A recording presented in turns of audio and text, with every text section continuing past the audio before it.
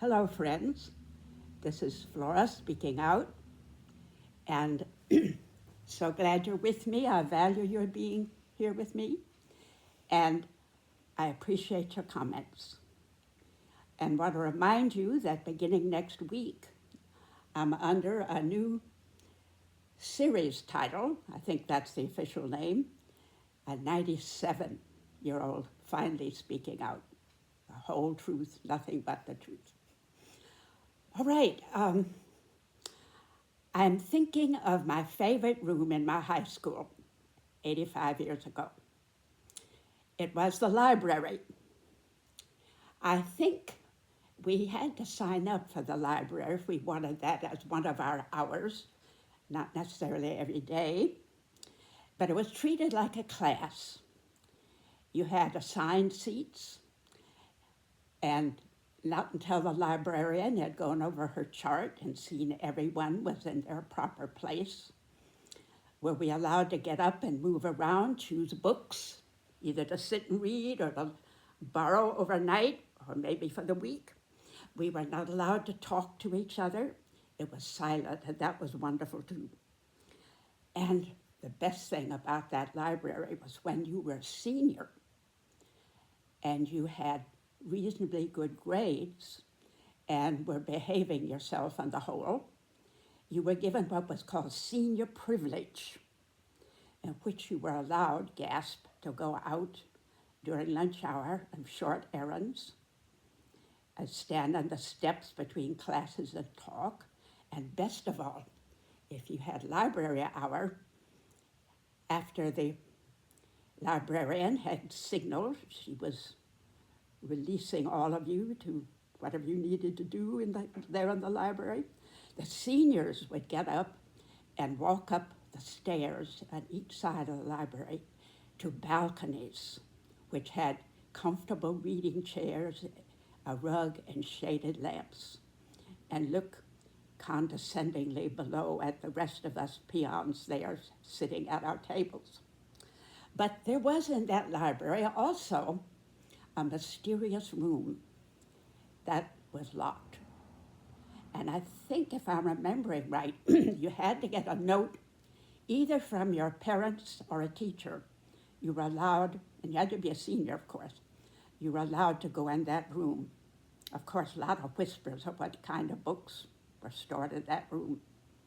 I never bothered because I had total free run of my father's and mother's books, and there were thousands in every room of the house, including the front hall. And no one ever censored my reading, a great blessing that not all of my schoolmates had. I remember a friend of my parents turned to my mother and said in a rather hushed voice, "Do you know what your 12-year-old Flora is reading?" "What's that?" said my mother. "She's reading The Green Bay Tree by Louis Bromfield." "So?" said my mother. "But that is a very sophisticated book." "Mainly for adults," said the friend. "So?" said my mother. I still remember that book. The brief account of a sexual affair between two unmarried people and an ensuing baby pretty much left me where it found me. But what really woke me up, woke, that wonderful word, and I've not forgotten it to this day, is the description in that book of the inhuman living conditions and working conditions of the steel foundries in one of our big cities of America. I've never forgotten it. You know, prohibition of books banning has been going on since the printing press 600 years ago. Sometimes it's the church or churches who will do it. You mustn't read this translation of the Bible, or you go to prison. You mustn't read this, you mustn't read that. Right up to fairly modern times, in the case of one big branch of the Christian church, a list of forbidden books for the faithful. Sometimes it's the government. You've seen pictures, I think, of the Nazi bonfires, throwing books that didn't adhere to the government agenda. I saw newsreels of those 85 years ago. Not the only book burnings that have happened in our world. Well, book prohibition is back with a vengeance now. I didn't know, maybe you did, October 5th of this year was called Banned Book Week. And the slogan, I wish I'd learned about it earlier, was called Read for Your Rights. I learned to my horror that this year alone, 3,700 more books had been banned from school libraries. And since 2021, over 22,800 books have been banned from school libraries. This, though, over 71% of the nation does not want book banning. There are mainly 3 states leading in the book banning. I won't give their names. If you live in them, you probably already know. But speaking for myself, I'm realizing it's a good idea to keep an eye on who we're electing as school superintendents and who's on the school boards. Maybe pay them a visit. These are some of the books banned in high school libraries. I couldn't believe it. Let's lead the list with Homer's Odyssey. I read that at 11 years old. How about this one? The Adventures of Huckleberry Finn by Mark Twain, banned. Why? Because it talks about slavery, and we don't want to disturb our minds, do we? Another book banned, To Kill a Mockingbird by Harper Lee. One of the best books that's come out in past generations. Madeleine L'Engle's A Wrinkle in Time. A Tree Grows in Brooklyn. I read that one at 13. Or Judy Blume's Are You There, God? It's Margaret. Orwell's Animal Farm. Brave New World by Huxley. I Know Why the Caged Bird Sings by Angelou. And The Color Purple. And the school boards, and by the way, once they're banned, they're almost never returned. The school boards give this as their rationale. I'm quoting directly. Quote, a need to protect young people from books they might find upsetting or that reflect ideologies and lifestyles that are out of the mainstream, unquote. I will ask them this question if I were standing before a school board. Have you leafed through your Bible recently? The Bible, with its hope and vision and love, is startlingly realistic about every kind of aspect of life that upsets our ideologies and challenges authorities. It deals with everything. Are you going to ban the Bible from your young people? Or how about chaining the Bible to the pulpit?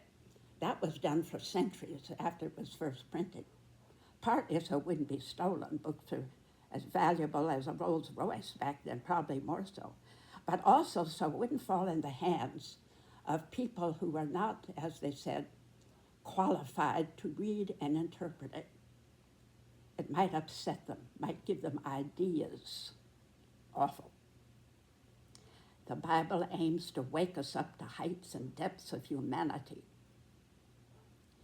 Well, they say, well, maybe children won't read these things, but by the time they get in college, they can read and think and say whatever they want. Is that true? I'm very disturbed to read, and here I have the article in front of me, just a few days ago, at Massachusetts Institute of Technology became the first university to reject an agreement that would trade support for the Trump administration's higher education agenda in exchange for federal funding. The proposal, called the Compact for Academic Excellence in Higher Education, was sent to 9 universities and would require colleges to cap international student enrollment, freeze tuition for 5 years, adhere, and this is the part that really struck me, adhere to definitions of gender, and prohibit anything that would belittle conservative ideas. Anything that would belittle conservative ideas. They would like the Trump agenda to control who's hired, who's fired, the curriculum. It's not just children and university students, it's all of us. You've heard of this attempt of the White House to clamp down on the Smithsonian museums about exhibits that might upset us or cause us to dwell on aspects of our nation that were evil, such as slavery. Its attempts to muzzle the reporters. You've known what's going on in the Pentagon these days. You're only allowed to report what we let you report. And I'm so glad to see so many newspapers are pushing back. Yes, the idea of the Trump agenda and those who back him up. I'm summing it up now, this is not a quote. Don't let people's minds wake up, wander, wonder, question, challenge. The great Frederick Douglass, who had been a slave, said this, and this is a quote: "Knowledge makes a man unfit to be a slave. Knowledge makes us, all humans, unfit to be a slave." Well, I want to close with the first story I ever remember reading it. I must have been about 5, 6. It was in a primer. They had primer for certain ages then. And I wonder if they would have printed this story back then if they'd known it was written by the most famous gay man of his generation, Oscar Wilde, in the late 1800s. Anyway, this story was about a giant who owns a beautiful castle and a beautiful garden. Garden lush with flowers, trees, shrubs, berries, green grass. And one day the giant decides he's tired of the children playing in his garden. He wants to be alone, doesn't want to be bothered with their shouts of discover in his garden.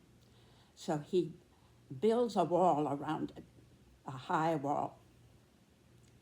And of course you can foresee it, can't you? I still remember the pictures and the primer. The garden fades. The grass is no longer green, the leaves fall, the flowers wither, the snow comes, icicles form. Nothing but winter in the garden. I remember the picture of him sitting there looking out of his window, wondering why his beautiful garden is gone. And one day, this part I'm not too clear about, but he finds a little boy who somehow got over the wall, who is standing under a tree where apparently his cat got caught and is crying for it. And something moves in the giant's heart, like the Grinch I talked about last week. He comes out of his castle and he lifts the child up to the tree to get the cat. And the icicles begin to melt off the tree. He carries the little boy back to the door of the wall. He leaves the door open this time. All the icicles melt. The snow melts. The first crocuses break up to the ground. First little green, golden leaves on the trees. He begins to get the idea. He tears down the wall. The children return. I remember that was the first story I remember reading. Tear down the walls. Take the chains off our minds. And life rushes back with all the rich power of our God-given minds. See you next week.